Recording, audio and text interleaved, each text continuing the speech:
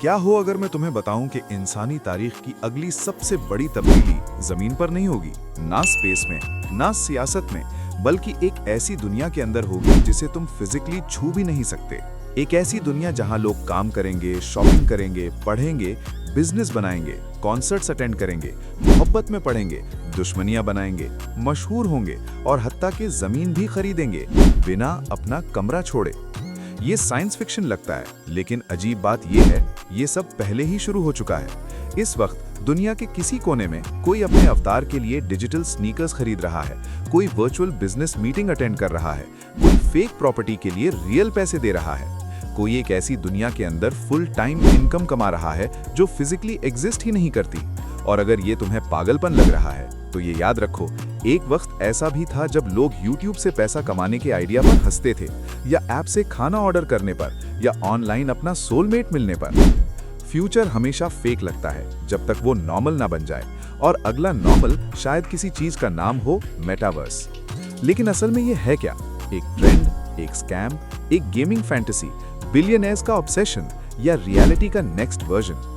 क्योंकि अगर मेटावर्स वाकई वो बन गया जो टेक कंपनी समझती हैं कि ये बन सकता है, तो ये सिर्फ एंटरटेनमेंट को नहीं बदलेगा, ये इंसानों के जीने का तरीका बदल सकता है। और जब तुम देख लोगे कि ये सब किस तरफ जा रहा है, तो शायद तुम इंटरनेट को दोबारा कभी पहले जैसा ना देख सको। सबसे पहले कंफ्यूजन को खत्म करते हैं। अक्सर लोग मेटावर्स का लफ्ज सुनते ही एक ही चीज सोचते हैं, VR हेडसेट्स पहने हुए गेमर्स का एक ग्रुप जो कार्टून सिटीज में घूम रहा होता है। ये तस्वीर पूरी तरह से गलत नहीं है, लेकिन ये बहुत छोटी है। मेटावर्स सिर्फ एक गेम नहीं है, ये एक पर्सिस्टेंट डिजिटल वर्ल्ड का आइडिया है जहां लोग एक दूसरे के साथ और डिजिटल स्पेसेस के साथ ऐसे इंटरैक्ट करते हैं जैसे वो फिजिकली वहां मौजूद हों। इस बात को गौर से समझो, सिर्फ स्क्रॉल करना नहीं, सिर्फ देखना नहीं, सिर्फ क्लिक करना नहीं, अंदर एंटर होना। वेबसाइट खोलने के बजाय तुम एक वर्चुअल शॉपिंग मॉल के अंदर चलते हो। जूम मीटिंग ज्वाइन करने के बजाय तुम दुनिया भर के कोवर्कर्स के साथ एक डिजिटल ऑफिस में बैठते हो। फोन पर कॉन्सर्ट देखने के बजाय तुम अवतार के तौर पर मिलियंस फैंस के साथ फ्रंट रो में खड़े होते हो। वेकेशन की फोटो पोस्ट करने के बजाय तुम लोगों को अपने डिजिटल बीच हाउस में इनवाइट करते हो। आज का इंटरनेट ज्यादातर फ्लैट है, मेटावर्स उसे इमर्सिव बनाना चाहता है। ये इंटरनेट को एक ऐसी चीज से जो तुम ब्राउज करते हो, एक ऐसी चीज में बदलना चाहता है जिसके अंदर तुम जीते हो, और यही सब कुछ बदल देता है। बिग टेक इस पर इतना ऑब्सेस्ड क्यों है? जब दुनिया की सबसे अमीर कंपनीज किसी चीज पर बिलियंस लगा दें तो समझ लो मामला सीरियस है, और यही हुआ। टेक जायंट्स ने मेटावर्स में इसलिए इन्वेस्ट नहीं किया क्योंकि ये कूल लग रहा था, उन्होंने इसलिए इन्वेस्ट किया क्योंकि वो एक खौफनाक सच समझते हैं। जो भी नेक्स्ट डिजिटल वर्ल्ड को कंट्रोल करेगा, शायद वो नेक्स्ट इकोनॉमी को भी कंट्रोल करेगा। पिछले 20 सालों के बारे में सोचो। जिन कंपनीज ने इंटरनेट एज को डोमिनेट किया, वो इंसानी तारीख की सबसे ताकतवर ऑर्गेनाइजेशंस में से बन गई। क्यों? क्योंकि उन्होंने सिर्फ एप्स नहीं बनाए, उन्होंने वो जगह बनाई जहां लोग अपनी तवज्जो स्पेंड करते हैं, और अटेंशन ही पैसा है। अब सोचो उसके नेक्स्ट वर्जन का। सिर्फ सोशल मीडिया प्लेटफॉर्म्स नहीं, सिर्फ सर्च इंजिन्स नहीं, सिर्फ वीडियो एप्स नहीं, बल्कि पूरे डिजिटल एनवायरनमेंट्स जहां लोग घंटों, दिनों, शायद अपनी जिंदगी के बहुत बड़े हिस्सों तक वक्त गुजारें। ये सिर्फ एक बिजनेस अपॉर्चुनिटी नहीं है, ये एक एम्पायर है। और जो कंपनीज मेटावर्स बनाने की रेस में हैं, वो सिर्फ टेक्नोलॉजी क्रिएट नहीं कर रही, वो रियलिटी को शेप करने की रेस में है। ये बात तुम्हें एक्साइट भी करनी चाहिए और डराना भी चाहिए। काम फिर कभी पहले जैसा नहीं रहेगा। चलो एक प्रैक्टिकल चीज से शुरू करते हैं, जॉब्स। क्योंकि सबसे पहली जगह जहां मेटावर्स सब कुछ बदल सकता है, वो है वर्क प्लेस। इस वक्त भी दुनिया भर में मिलियंस लोग रिमोटली काम कर रहे हैं, लेकिन रिमोट वर्क अभी भी अधूरा लगता है। वीडियो कॉल्स ऑकवर्ड होती हैं, टेक्स्ट चैट्स ठंडी महसूस होती हैं, और जूम पर थके हुए चेहरों का ग्रिड देखना कोई फ्यूचरिस्टिक एक्सपीरियंस नहीं लगता। अब इसके बजाय ये सोचो, तुम लाइट वेट ग्लासेस पहनते हो और फौरन तुम एक डिजिटल वर्क स्पेस में बैठे हो। तुम्हारे कोवर्कर्स अवतार की शक्ल में तुम्हारे आसपास नजर आते हैं। तुम 3D मॉडल्स की तरफ इशारा कर सकते हो, फ्लोटिंग स्क्रीन्स पर लिख सकते हो, ब्रेकआउट रूम्स में चलकर जा सकते हो, आइडियाज को फुली इमर्सिव एनवायरनमेंट में प्रेजेंट कर सकते हो। अचानक डिस्टेंस की अहमियत कम हो जाती है। पाकिस्तान में एक डिजाइनर, जर्मनी में एक डेवलपर, दुबई में एक मार्केटर और न्यूयॉर्क में एक फाउंडर ऐसे काम कर सकते हैं जैसे वो एक ही रूम में बैठे हों। ये हायरिंग को बदल देता है, ये ऑफिसेज को बदल देता है, ये डिसाइड करता है कि अपॉर्चुनिटीज किसको मिलेंगी। मेटावर्स एक ऐसी दुनिया क्रिएट कर सकता है जहां ज्योग्राफी से ज्यादा स्किल मैटर करे, और अगर ऐसा हुआ तो ग्लोबल जॉब मार्केट दोबारा लिखा जाएगा, धीरे नहीं, शिद्दत के साथ। तालीम बिल्कुल पहचान से बाहर हो सकती है। अब स्कूल का सोचो। आज तालीम अक्सर पुराने फॉर्मेट्स में फंसी हुई है।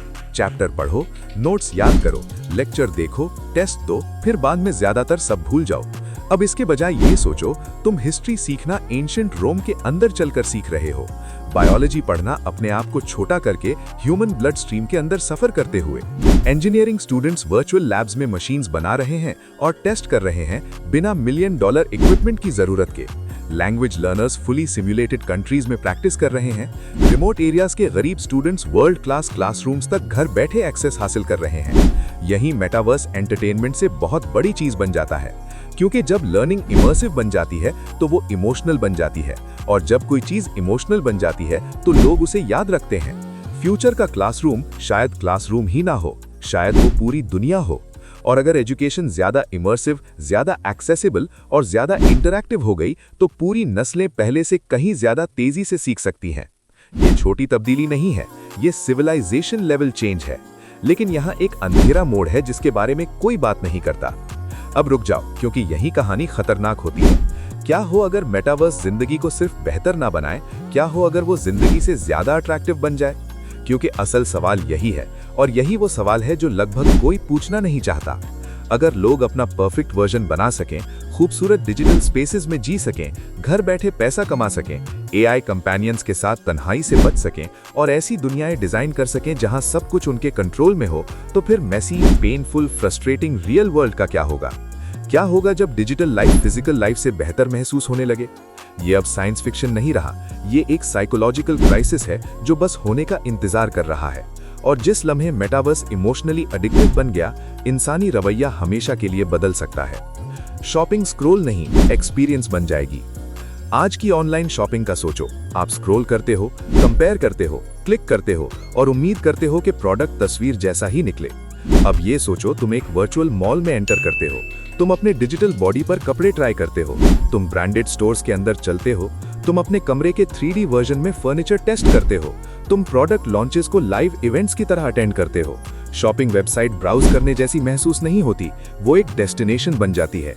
और ये ब्रांड्स के सेल करने का तरीका बदल देता है, क्योंकि अब ब्रांड्स सिर्फ प्राइस पर compete नहीं करेंगे, वो एक्सपीरियंस पर compete करेंगे।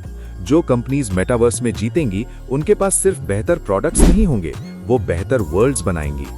सोचो, लग्जरी ब्रांड्स डिजिटल फैशन के जरिए स्टेटस बेच रही हों, इन्फ्लुएंसर्स वर्चुअल स्टोर्स खोल रहे हों, लोग ऐसी चीजों पर पैसे खर्च कर रहे हों जो सिर्फ ऑनलाइन एग्जिस्ट करती हैं, क्योंकि वो चीजें फिर भी आइडेंटिटी बनाती हैं।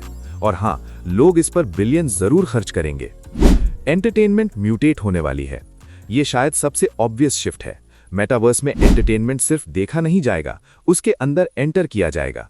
कॉन्सर्ट्स का सोचो, आज सिर्फ लिमिटेड लोग फिजिकली किसी मेजर इवेंट में जा सकते हैं, लेकिन मेटावर्स में एक सुपरस्टार एक वक्त में 50 मिलियन लोगों के लिए परफॉर्म कर सकता है। बोरिंग लाइव स्ट्रीम के जरिए नहीं, बल्कि एक फुली डिजाइंड फैंटेसी एक्सपीरियंस के जरिए, जहां स्टेज गैलेक्सीज में तैर रहा हो, ऑडियंस अवतार की शक्ल में हो और फिजिक्स के कवानीन तक टूट रहे हो। मूवीज एक्सप्लोर की जा सकने वाली वर्ल्ड्स बन सकती हैं, स्पोर्ट्स इमर्सिव एक्सपीरियंसेस बन सकते हैं, गेमिंग, सोशल मीडिया, म्यूजिक और स्टोरी टेलिंग के साथ मर्ज हो सकती है। सब कुछ एक दूसरे में घुलना शुरू हो जाता है। और ये इसलिए मैटर करता है क्योंकि मीडिया का फ्यूचर अलग अलग कैटेगरीज नहीं है, वो मर्ज्ड रियलिटीज हैं। जो कंपनीज, क्रिएटर्स और इन्फ्लुएंसर्स इस बात को जल्दी समझ जाएंगे, उनके पास ऐसा फायदा होगा जो दूसरे लोगों को समझ में ही नहीं आएगा जब तक बहुत देर ना हो जाए।